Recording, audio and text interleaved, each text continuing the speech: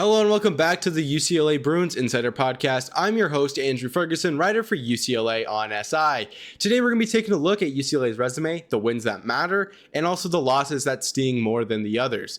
But before we get started, I want to thank everyone right now who's watching, Apple Music, Spotify, or even YouTube. It all means a lot to me, and I simply cannot thank you enough. But without further ado, let's get right into it. So as stated, we're going over the resume, the wins that actually hold weight, along with the losses that, are really going to tank UCLA's seed in the tournament and kind of things like that. As it stands now, UCLA should be able to make the tournament. They are a fringe team, but that is based purely off of, their 3 top 10 wins at home against Purdue. Then you had Illinois, and then just recently their win over Nebraska. Those 3 wins really helped them get there. I'll also go over a few other wins. But just to kind of set the stage, UCLA has been able to build a good enough resume to actually make the tournament. But when we're looking at the higher seeds, how UCLA will be able to move up come Selection Sunday, I think some other wins are also going to be very important to kind of discuss. But I'm going to start out with the losses. I think the worst loss on UCLA's schedule this season had to come to Cal. The Bruins were a 7.5 point favorite, and they would lose 80-72. This completely shut down any momentum the Bruins had following, their 5-1 start, with their only loss coming to Arizona, who was number 1 for a while there. So not a bad loss to Arizona, but when you look at the Cal loss, you're thinking, whoa, what is going on with this UCLA team? That really kind of set the standard for the kind of basketball UCLA would play this season. It got really rough in January. As we know, Ohio State, Wisconsin, Iowa, teams like that really were able to, ravage UCLA's resume.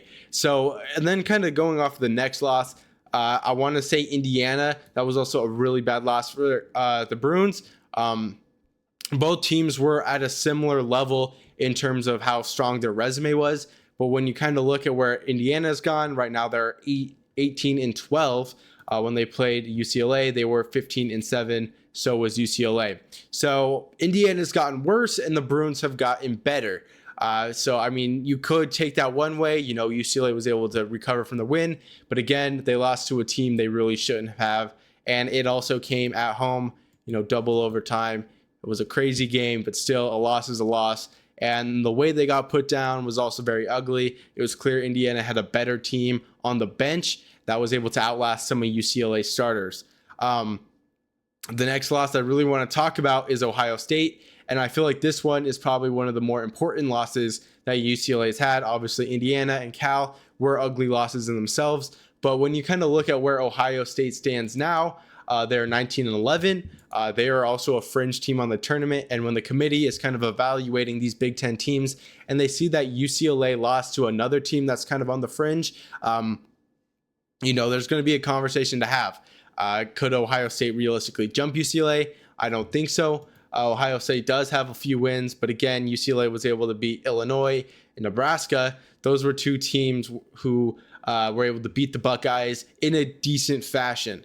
But outside of that, they did beat Purdue. So again, they are a team who is probably just as good as UCLA. And as we saw, the Buckeyes were able to win 86-74. An ugly loss for the Bruins when you kind of consider all those things.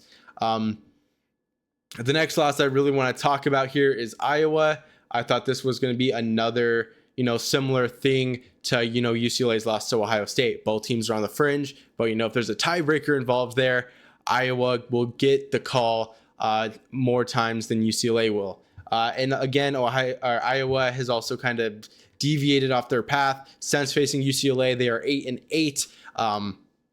Again, UCLA is just not looking like the better team when you kind of consider what Iowa has been able to go through.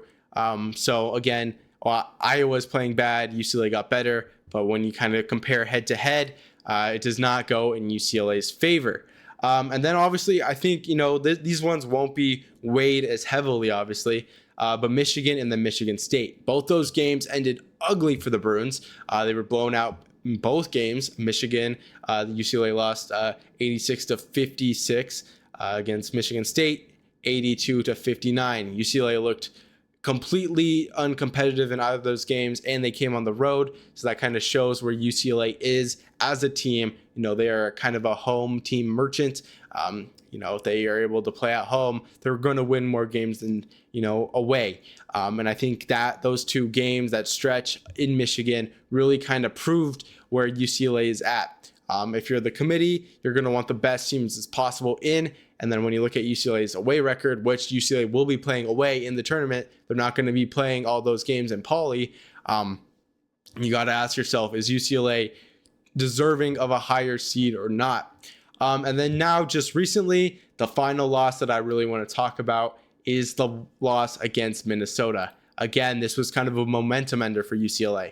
When you look at what Minnesota has been able to do this season, it is not pretty. They're 14-16. They're one of the bottom teams in the Big Ten. They just got blown out by 30 points to Indiana, another loss I was just talking about, 77-47. They were also way more competitive than the Bruins against Michigan, and they also played in Michigan. They lost to Michigan 77-67.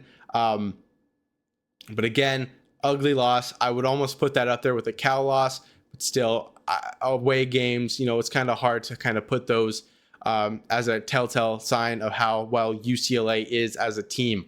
But when you kind of look at all those wins, the common theme is just inconsistency and UCLA losing on the road. And that is something to keep in mind when you kind of look at where UCLA sits in, the bracket. And there's a lot of teams who are also kind of trying to get in. And if there's any, case for them to get in over UCLA, they might have the edge considering UCLA's losses this season. Again, just ugly losses all over the place. UCLA is 20-10. It shouldn't even be, that record should not even be a thing. I think UCLA could have been, 25-5 at this point of the season. They have one more game against USC. But yeah, that's kind of covering all the bases on the losses. There are other losses this season. Wisconsin, they're not a bad team. Another kind of fringe team who UCLA, could get jumped. But I think right now they are also playing very good basketball right now. They did lose a game to Oregon. So again, kind of showing where they're at. But they're also able to beat Michigan State by 20 points and Illinois by 2. So again, I think Wisconsin is a good enough team where that won't hurt UCLA's resume necessarily, but a loss is a loss. UCLA was also able to lose to Arizona. I mentioned that earlier. And obviously it was a close game. So I think that does a little bit more good than bad when considering that loss. Gonzaga is obviously a good team, although they have been upset a few times this season, which is a little concerning, but they're still 28-3. Again, a loss is a loss to a team like that. You flip a coin, more times than not, it's going to land on Gonzaga's side. But again, just kind of looking through their losses right now, the ones that I mentioned, are really the ugly ones. So now I'm going to kind of go over the wins that I think will help UCLA. Obviously, the Washington wins are going to help. Washington hasn't been the best this season, but again, they've still kind of remained competitive in a lot of games this season. So that's definitely going to help. I believe they're a quad 1 team, if I'm not mistaken. So again, they know how to get things done. They have a great team. Hani Steinbach, I think he just came off a 20-point, 20-rebound game, and UCLA was able to handle him in a convincing way in their last matchup or just recently in February. So good wins for them. The next, obviously, I think the three, I'm going to talk about, obviously the one against Nebraska. I think this one holds the most weight when considering UCLA seed to be, the number 9 team in the country by 20 points. That is something that is going to make you happy and the committee happy when selecting UCLA seed. Obviously, the Illinois game, I thought, while it wasn't as convincing as the Nebraska game, it showed that UCLA has the character that is needed to make a deep run in the tournament. Coming back from a 23-point deficit is something that is very hard to do. And the fact that UCLA was able to do that, went off a buzzer beater in overtime, I think that is something you could just smile about. That's awesome. We saw Donovan Dent really play well. A game like that is going to help the Bruins really, get over the edge in terms of seeding. Obviously, back then, number 4 Purdue. I thought this was going to be, the turning point of UCLA season. I didn't think UCLA would lose a game after this. Obviously, I was mistaken. They lost to Indiana, then Michigan State, and then just recently Minnesota. Those were the only losses following that win. I thought UCLA could have capitalized much better after that, but still, a win's a win. Another great game from Donovan Dent. It seems like he is kind of the factor in how UCLA has been able to build their resume this season. But as far as the other wins go, you have Oregon on there. Nate Biddle was out in one of them, or he just came back from injury. He played terrible 0 for 10. I wouldn't say that win is going to be rated that heavily. But overall, UCLA's primary resume is built off of those top 10 wins. I keep saying that they only came at home. So that is also something to keep into account when kind of looking at UCLA's resume. Oh, a few top 10 wins. Oh, they're all at home. That kind of means a little bit less. Pauley is a great place to play basketball if you're a Bruin. So the advantages are all over the board. But kind of looking at where UCLA would fall in, where the bracket has them now, I think it is going to change tomorrow. So I might be jumping the gun. But right now they're going to play Utah State. They're 7th seed. I think that is an ideal opponent for UCLA if the season were to end today. When you really look at what, Utah State has done this season, I mean, a Mountain West team, that is the most ideal, team to kind of go against in the first round. That is almost a gimme. I mean, they're a good team, 24-6, but again, Mountain West, they just lost to UNLV, who is not, the best, team in the Mountain West. They're 16-4, 5th in the Mountain West. So again, they can bleed. I hope that's UCLA's opponent to end the season. It'd be nice, but you just never know. If they were to win that game, they would have to go up against either Florida or 15th seeded Merrimack.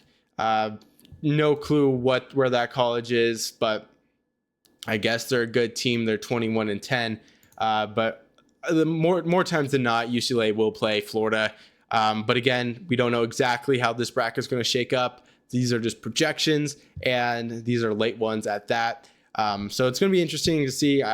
Definitely keep your eyes out on where UCLA falls in the tournament.